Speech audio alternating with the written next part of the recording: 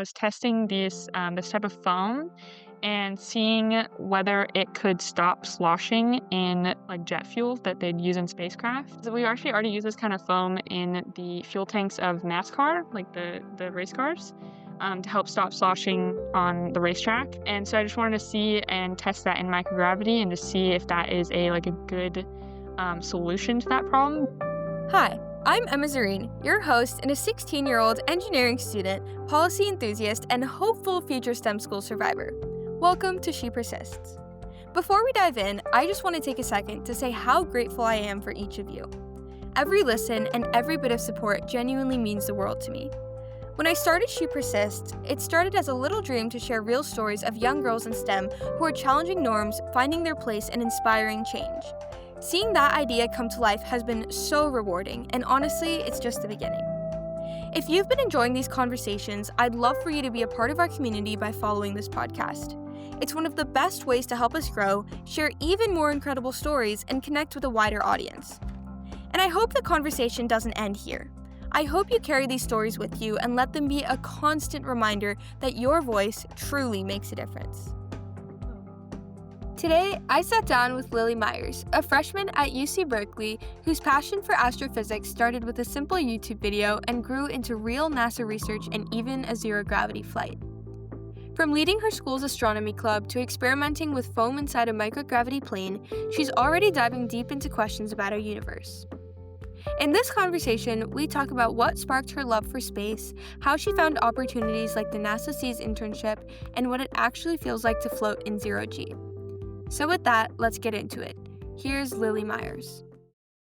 Well, it's so good to have you today on the podcast.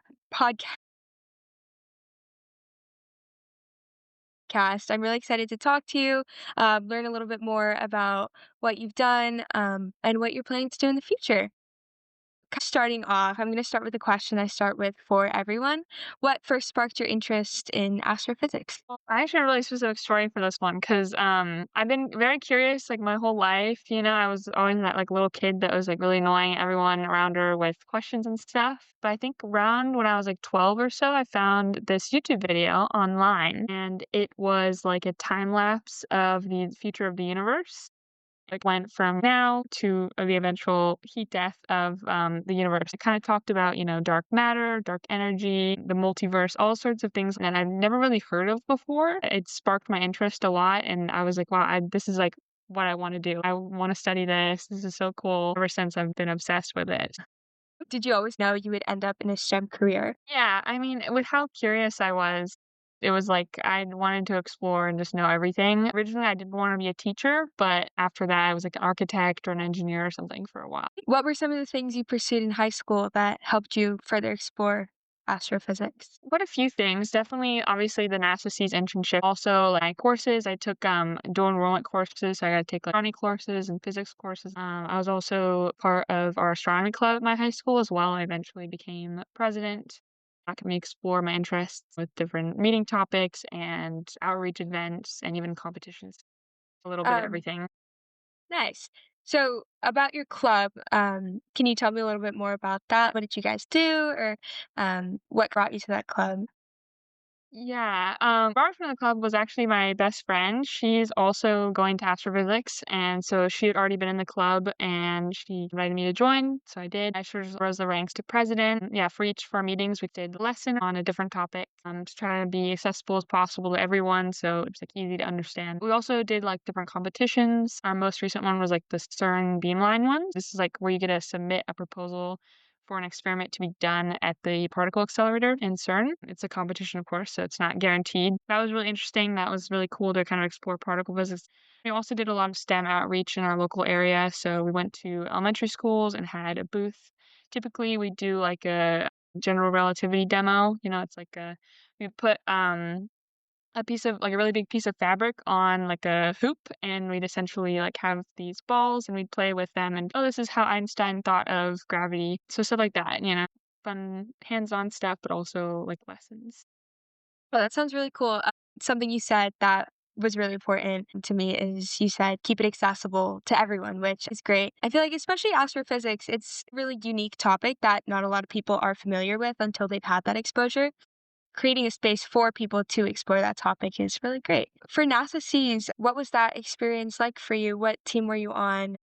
What did you do during your internship? I was on the planetary geology team, which was, I think that was like my first choice. So that was really exciting. Geology was something that I definitely been interested in for a lot of my life, but I've never actually like pursued it before because a lot of our research was on asteroids. We like studied different asteroid compositions and we connected that to where they would have formed and how they evolved throughout like the planetary formation process within our solar system, which was really cool. And I really, really enjoyed that. I've been interested in geology for a while, but I've never had the experience. So I'm actually minoring in geology now because of that. That was just really cool. I also got good connections with my like team and with my mentor. That was just a really huge experience for me. So, for opportunities like NASA Seas, how did you go about finding them and what was the application process kind of like for you? Found the NASA's like internship, someone who's in the astronomy club. She was the president the year before I was. She was a NASA's intern, and she was telling me about all of her different like things that she had done, and that was one of the things. And what really stood out to me about it was that it was free because I had been looking at different internships, and a lot of them you had to pay like a couple $1,000s, and I was like, that's just not really affordable for my family. NASA's was the only internship I applied to actually, so really lucky Oh, that that worked out for congratulations. me. Yeah. Yeah, so I found it, and then I was like, I saw that the dates matched up. I wasn't gonna be busy or anything, so I just was like, okay, I guess I'm applying. I just went through, wrote all my essays, made my video, and then submitted it, and then just was like, okay, well, hopefully that works out. Um, so Was there something if something specific that you think kind of made you stand out as an applicant? I've talked to Laura. She's one of the people that goes over the applications. I don't know. I think it's just a little bit everything. I think I showed a lot of interest in the topics, but I think I mentioned a lot. I think in my video, it was just like I had never had any research opportunity before at all, and that a lot of them just weren't like accessible to me because of the cost. So I think just kind of really hammering that home and really helped because the NASA's website literally says we encourage you to apply if this is like a first opportunity or something like that for you. That's what I would probably point towards, but I think it's a little bit everything. Is that something that you would say kind of reiterated your love for astrophysics or aerospace kind of in general? Yeah, it definitely like made sure like that I kind of knew what my career would feel like. I knew what research would feel like. I knew that I liked that because if of course I hated research, that was not gonna, astrophysics would have never worked out for me. So it just gave me that experience of like, okay, this is what research looks like, this is what presenting it looks like, this is what building stuff work looks like. Just every like a little bits of everything that will be a part of my future career. Just reassuring me that, yeah, I like this and this is really exciting for me. Is there any advice that you would give to future students who want to find opportunities like this or apply to opportunities like this, but don't really know where to start? I would say, like, go to all of the clubs and stuff at your school because a lot of times the leaders in those clubs, like my experience, they're gonna have experience, probably more than you do, and so they're gonna know of different opportunities that are available to you, especially for someone like in your local area. So I'd say that's like kind of a good first step. And of course, always there's the internet. There's tons and tons of lists online of things like that. And for just advice, I'd just say like apply. Don't be like me. Apply to as many as possible. And just be authentic. Be you. And, if you have to submit a video or an essay or anything, just be very authentic about it. Be truthful. That sort of thing. So be yourself. That's a really important thing you said. A lot of the times it's really easy to kind of want to fit into this bubble that you think would be an ideal Yeah. application, but it's really important to make them see why you would be the perfect fit or the perfect candidate for that experience. Just seeing who you are and true to yourself. So, you've done some really interesting research. What's been your favorite project or your favorite experience that you've had? It doesn't necessarily have to be in astrophysics, but just something that you've done that's really Yeah. stuck with you. I think it has to be my zero gravity experiment. I mean, because that's just the thing that I've worked on like the most. I think it was 8 months before that I started working on it before the flight in May. So I've poured a lot of time and energy into that project. I'm still working on like doing the data analysis and everything to this day. So it's just a project that I poured a lot of love into, and I think that has probably the biggest like real life impacts in the scientific community. That would have to be my favorite. I also got to fly in zero gravity, which I think would be, can't really beat that, can you? Yeah. So, what was that experience like? What was your experiment on the zero G flight? Yeah, so my experiment has a very long title. It's like damping, sloshing in liquid propellant using closed cell solid polyurethane foam, which is basically a bunch of really confusing words to say that I was testing this type of foam and seeing whether it could stop sloshing in like jet fuel that they'd use in spacecraft.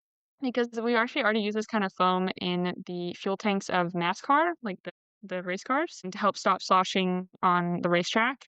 And so I just wanted to see and test that in microgravity and to see if that is a good solution to that problem. Because if there you have a lot of sloshing going on in space, because there's not a lot of like external forces, those internal forces of the sloshing can lead to like your spacecraft going all over the place, spinning, all sorts of dangerous things. So I just wanted to try to find a solution to that. My experience on the flight as well. I kind of knew that I was going to get sick because I am just someone who gets motion sick very easily. It was a very hectic time before the flight. Me and another person on the team had ended up like our flights had to get moved around, and so we ended up getting there like, maybe less than 24 hours before the flight, getting there in Kansas. That was really chaotic because we had to get everything together within like 2 hours. So I was running off of 4 hours of sleep, but I got really sick on the flight. We had 30 parabolas, and I got sick on parabola 6. Um, and then I never really ended up getting better either, so it was just sort of like I was in the back of the plane like, just in my little seat throwing up for a lot of it, but it was still really fun. I mean, like I said, I still gotta go in zero gravity, so definitely a really valuable experience, even if it didn't end up like I wanted to be. So, what was weightlessness like in zero G? It's seriously, like, it definitely they always say, like, "Oh, it's not like nothing else," and it really is. Like, I would say the only, like, comparable thing to it would be, like, have you ever been on a drop tower? Yeah, at, like, a amusement park? It's exactly similar to that. It is a similar feeling, to that because I remember, as a part of Seas, we got to go to Six Flags, and my team somehow convinced me to go on the drop tower. My whole body was, like, shaking the whole time, and I remember in zero gravity for the first, couple parabolas, it's very similar. My body was just, like, it was shaking, and it's funny too looking back because in the moment, I remember being, like a foot off the ground or something, but in the photos, I'm still fully on the ground. That's the interesting thing is, like, you even if you're not technically, like, floating, you still have, like, the sensation of it. All the blood rushes to your head, and you feel like you're constantly falling. It's really weird. It's indescribable in a way, but it's still Yeah. really cool 'cause it's very chaotic too. It's like you push off the ground because you have to lay down on the ground because 'cause you're in hypergravity, and then you suddenly start feeling weightless.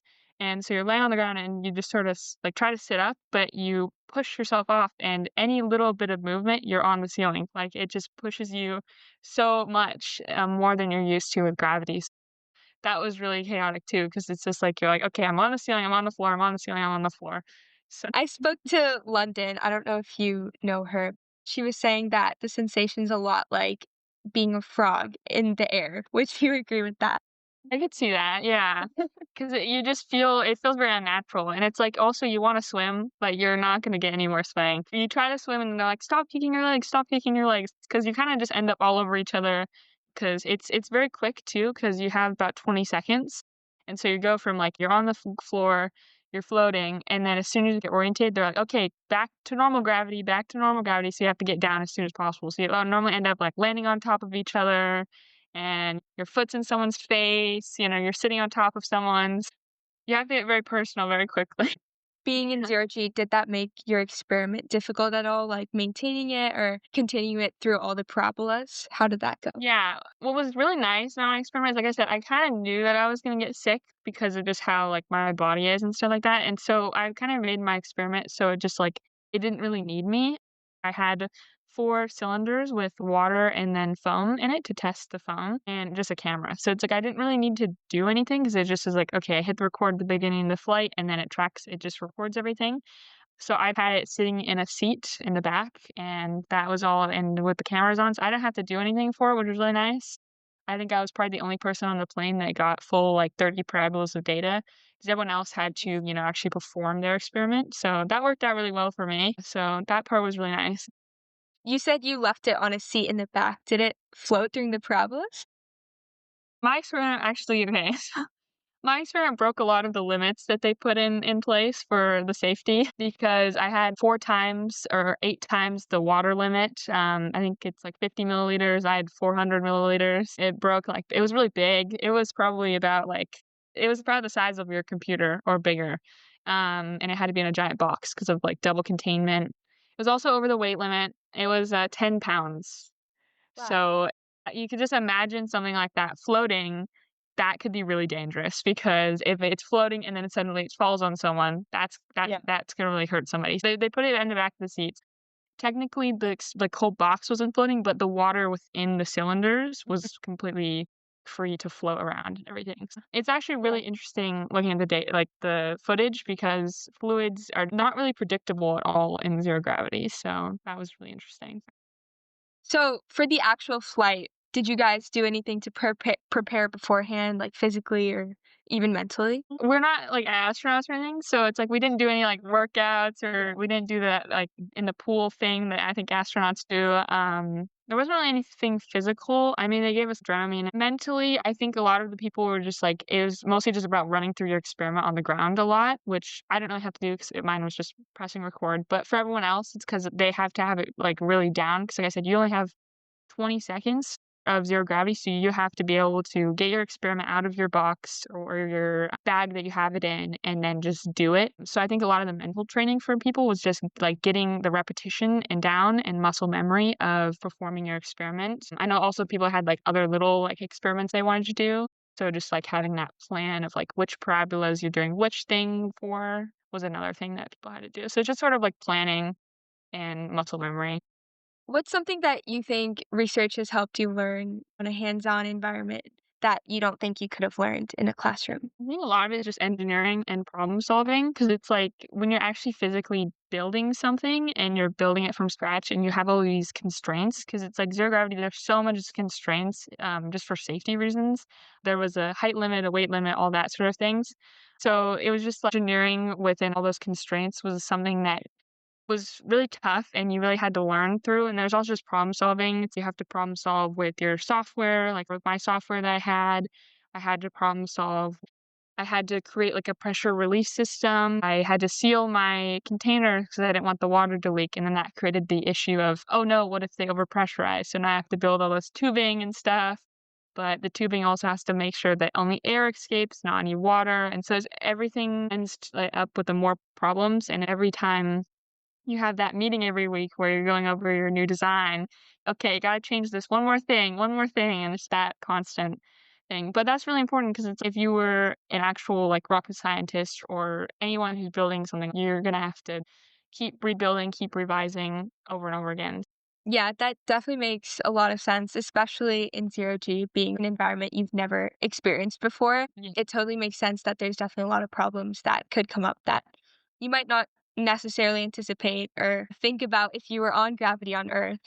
So you're going to be a freshman at Berkeley this year. So what's something that you're looking forward to exploring at UC Berkeley, research related or not research related? The classes are something I'm definitely really excited for, because it's just gonna be much different. Like taking college classes before, like I said, I did dual enrollment, but these are just gonna be a lot different. And you're at a world-class university with a lot more people, much probably tougher professors, much tougher curriculum. So I think that will be really fun. I'm also really excited for the clubs. I think there's over like 1,000 clubs at Berkeley, so there's definitely a lot to join, a lot to be a part of. And so I've taken a look at a few and seen what I want to do. I'm really excited for that, the community. So are you planning on continuing research in college or what direction do you want to head in? Yes, I definitely want to continue research. One of the like things I was looking into, they have a club at Berkeley. I think it's called like Space Technologies at Cal, and essentially do they do very similar things where they have projects that they build, and they also go up into microgravity with places like Blue Origin. I definitely want to look into joining things like that and becoming a part of the engineering team there because I really enjoyed my research with zero gravity and I'd love to continue it, especially when it comes to all of the fuel and jet propulsion sort of technologies. Awesome. So where do you kind of see yourself 5 to 10 years from now? Do you think you'll still be pursuing education or being more in the industry? I definitely always wanted to go into academia, so I think my current plan would probably be to be in graduate school, I think, by then. So, yeah, I think in 4 years, I would have graduated, gotten my bachelor's, and I'd probably be on to getting my PhD. So that would be probably my plan. I definitely could go into industry, though, but I think from what I've seen, you'd still need a PhD or at least your master's for that. So I think I'll be getting educated for quite a while. Yes. That would be my plan. Are there any specific research areas that you're particularly interested in? Yeah, I'd say particle physics. Like I said, I did that CERN BMOM competition, and I've always really just loved particle physics. I think it's really interesting, and so I'd love to even like work at CERN one day. But another thing is also geology. And planetary geology would be really interesting. My NASA sees research with that was really interesting for me, and I would really enjoy that too.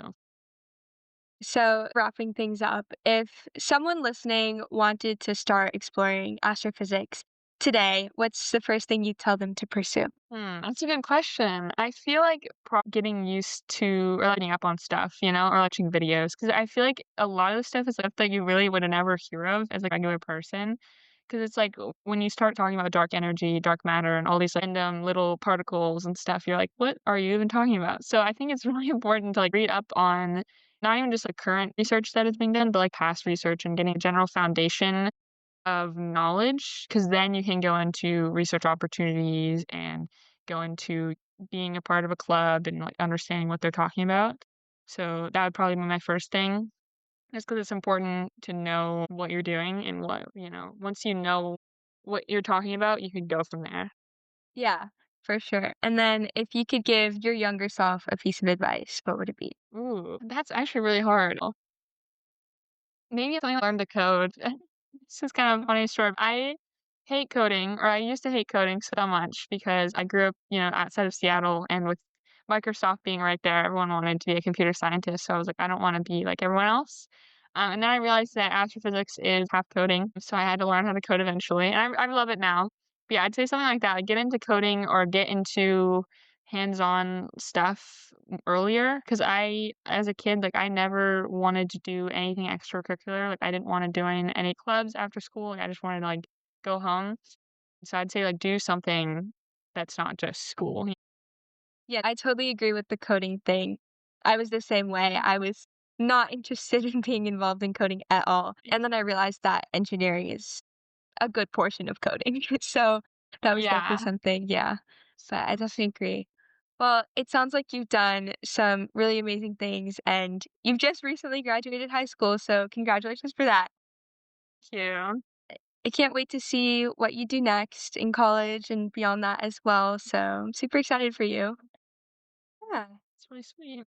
Thank you so much. It was great having you, and I really appreciate your time. Yes, thank you so much. This has been really fun. I haven't really talked about any of this for a while, so it's been nice to talk about it.